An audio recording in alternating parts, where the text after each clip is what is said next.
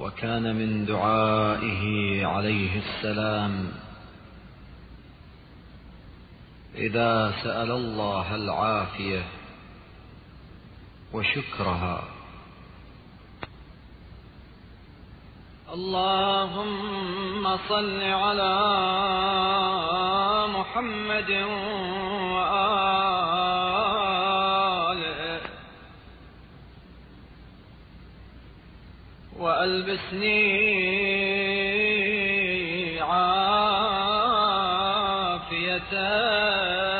عافيتك وجللني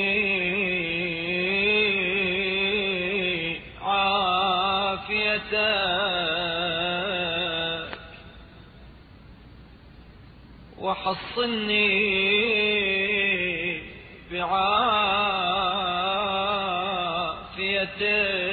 بعافيتك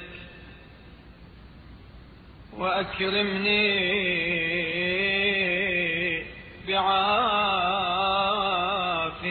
بعافيتك واغنني بعافيتك وتصدى علي بعافيتك وهب لي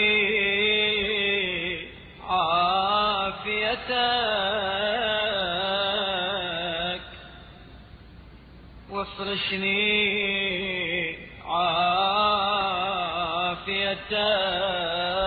عافيتك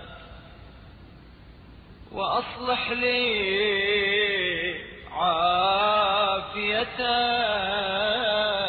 عافيتك ولا تفرق بيني وبين عافيتك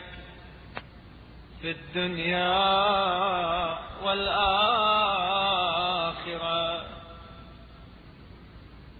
اللهم صل على محمد وآله وعافني عافية كافية شافية عالية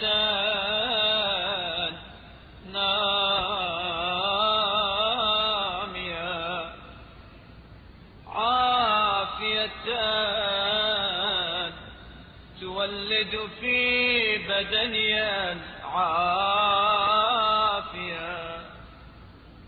عافية الدنيا والآخرة وامنن علي بالصحة والأمن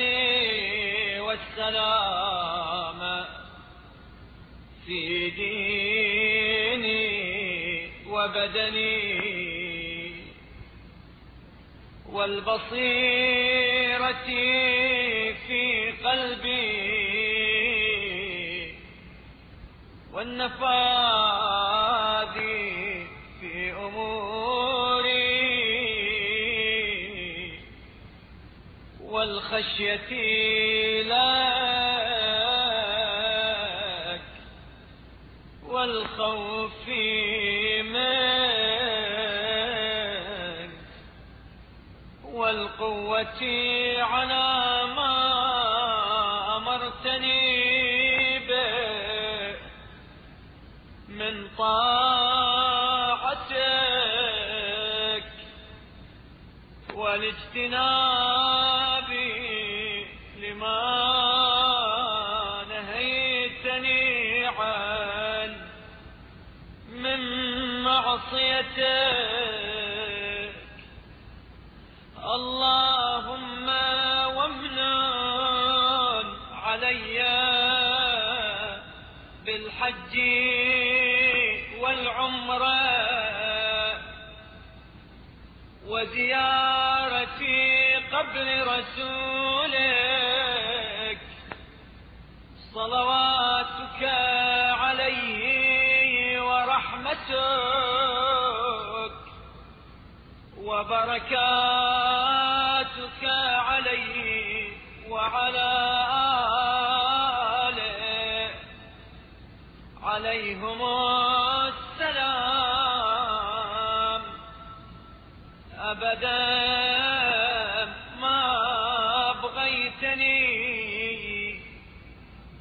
في عامي هذا وفي كل عام واجعل ذلك مقبولا مشكورا مذكورا لديك مذكورا عندك وأنطق بحمدك وشكرك وذكرك وحسن الثناء عليك لساني واشرح لمراشد دينك قلبي. جب طلب عافیت کی احتیاج ہو اور اس پر شکر بجا لانا مقصود ہو تو اس موقع پر حضرت امام زین العابدین علیہ السلام کی دعا: اے اللہ رحمت نازل فرما محمد اور ان کی آل پر، اور مجھے اپنی عافیت کا لباس پہنا اور اپنی عافیت کی ردا اوڑھا، اپنی عافیت کے ذریعے محفوظ رکھ، اپنی عافیت کے ذریعے عزت و وقار دے، اپنی عافیت کے ذریعے بے نیاز کر دے، اپنی عافیت کی بھیک میری جھولی میں ڈال دے، اپنی عافیت مجھے مرحمت فرما، اپنی عافیت کو میرا اوڑھنا بچھونا قرار دے، اپنی عافیت کی میرے لیے اصلاح و درستی فرما، اور دنیا و آخرت میں میرے اور اپنی عافیت کے درمیان جدائی نہ ڈال۔ اے میرے معبود رحمت نازل فرما محمد اور ان کی آل پر، اور مجھے ایسی عافیت دے جو بے نیاز کرنے والی، شفا بخشنے والی،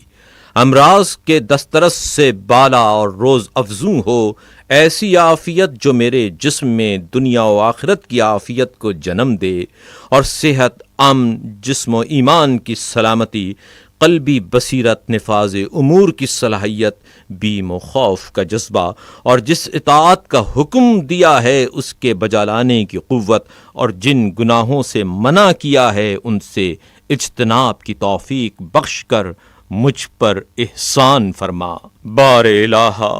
مجھ پر یہ احسان بھی فرما کہ جب تک تو مجھے زندہ رکھے ہمیشہ اس سال بھی اور ہر سال حج و عمرہ اور قبر رسول صلی اللہ علیہ وآلہ وسلم اور قبور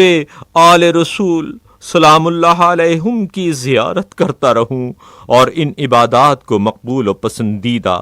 قابل التفات اور اپنے ہاں ذخیرہ قرار دے، اور حمد و شکر و ذکر اور ثنائے جمیل کے نغموں سے میری زبان کو گویا رکھ، اور دینی ہدایتوں کے لیے میرے دل کی گرہیں کھول دے۔ وأعذني وذريتي من الشيطان الرجيم ومن شر السامة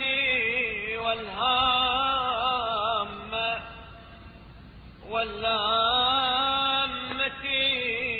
والعامة ومن شر كل شيطان مريد ومن شر كل سلطان عنيد ومن شر كل مترف حفيد ومن شر كل ضعيف وشديد ومن شر كل شريف ووضيع ومن شر كل صغير وكبير، ومن شر كل قريب وبعيد، ومن شر كل من نصب لرسولك ولأهل بيته حربا من الجن والإنس، ومن شر كل دابة أنت آخذ بناصيتها، إنك على صراط مستقيم. اللهم صل على محمد وآله، ومن أرادني بسوء فاصرفه عني، وادحر عني مكره، وادرأ عني شره، ورد كيده في نحره، واجعل بين يديه سدا حتى تعمي عني بصره، وتصم عن ذكري سمعه، وتغفل دون إخطاري قلبه، وتخرس عني لسانه، وتقمع رأسه، وتذل عزه، وتكسر جبروته، وتذل رقبته، وتفسخ كبره، وتؤمنني من جميع ضره وشره وغمزه وهمزه ولمزه وحسده وعداوته وحبائله ومصائده ورجله وخيله، إنك عزيز قدير برحمتك يا أرحم الراحمين. और मुझे और मेरी औलाद को शैतान मरदूद और जहरीले जानवरों, हलाक करने वाले हैवानों और दूसरे जानवरों के गजंद और चश्मे बद से पनाह दे, और हर सरकश शैतान, हर जालिम हुक्मरान, हर जमा जत्थे वाले मगरूर, हर कमज़ोर और ताकतवर, हर आला व अदना, हर छोटे बड़े और हर नज़दीक और दूर वाले, और जिन्नो इंस में से तेरे पैगंबर और उनके अहले बैत से बरसरे पैकार होने वाले, और हर हैवान के शर से जिन पर तुझे तसल्लुत हासिल है, महफूज रख परवरदिगार, इसलिए कि तू हक़ व अदल पर है। ए अल्लाह, मोहम्मद और उनकी आल पर रहमत नाजिल फरमा, और जो मुझसे बुराई करना चाहे उसे मुझसे रूगर्दान कर दे, उसके शर को मुझसे महफूज रख, उसका मकर मुझसे दूर और उसका असर मुझसे दफा कर दे, और उसके मकर फरेब के तीर उसी के सीने की तरफ पलटा दे, और उसके सामने एक दीवार खड़ी कर दे, यहाँ तक कि उसकी आँखों को मुझे देखने से नाबीना और उसके कानों को मेरा जिक्र सुनने से बहरा कर दे, और उसके दिल पर قفل چڑھا دے تاکہ اسے میرا خیال نہ آئے اور میرے بارے میں کچھ کہنے سننے سے اس کی زبان کو گنگ کر دے، اس کا سر کچل دے، اس کی عزت پامال کر دے، اس کی تمکنت کو توڑ دے، اس کی گردن میں ذلت کا طوق ڈال دے، اس کا تکبر ختم کر دے، اور مجھے اس کی ضرر رسانی، شرپسندی، طعنہ زنی، غیبت، عیب جوئی، حسد، دشمنی اور اس کے پھندوں، ہتھ کنڈوں، پیادوں اور سواروں سے اپنے حفظ و امان میں رکھ۔ یقیناً تو غلبہ و طاقت و اقتدار کا مالک ہے۔